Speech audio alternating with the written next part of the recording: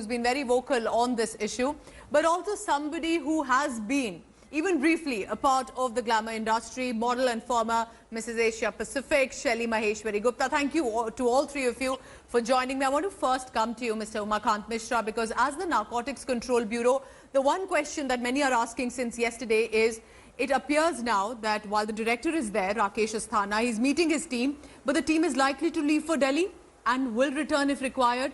No fresh summons issued yet to any of those celebrities, but their phones have been seized. So what sort of evidence now would the team want to look at? The questioning is done. If they're not going to be called again anytime soon, what sort of electronic evidence of phones used back then will be now put to use? First, over to you, sir.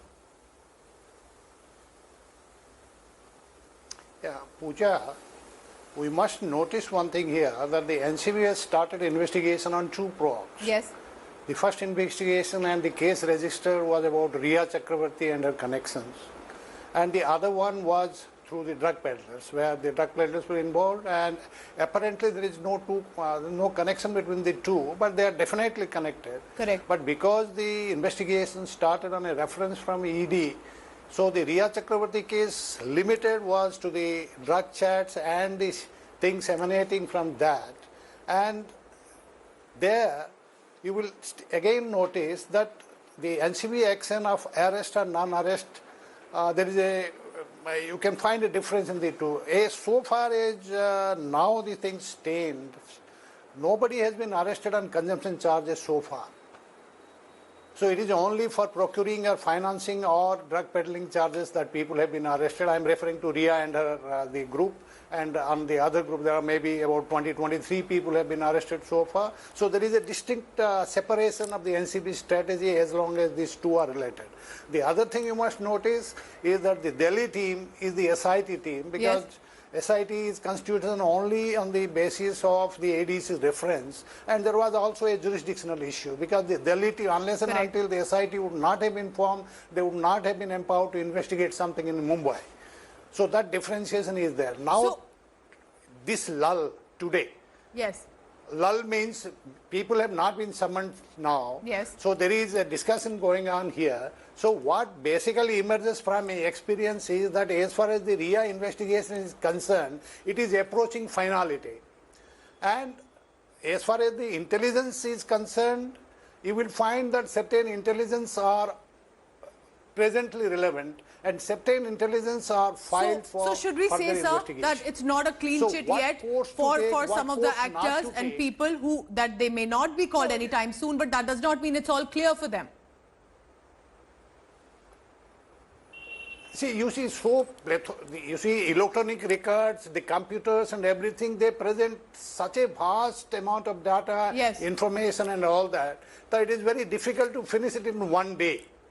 And it is very difficult to unravel all the ramifications emanating out of that. Okay. So basically, what basically to do is to review the strategy time to time and then take the course of the investigation towards the desired end. Because once the investigation starts, you formulate a strategy and try to attain certain objectives. And unless a final report is submitted, yes, there's always investigation is on. I request you to please stay on with me, sir, because I want to go. Let me tell you what. Let me tell you. Come to the.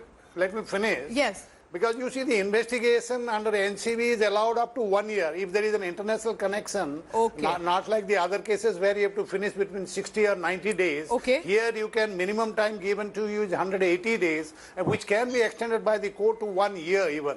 Okay. So NCB has plenty of time to unravel all the connections possible in the case. All right. So it shouldn't be seen as stopped. That's an interesting view. Thank you for telling us that point as well. Sara Shahreem, because the question that looks very curious, obviously, to a lot of people is no male actors mentioned yet. This is not for tokenism. This just appears very curious, the manner in which the investigation has continued.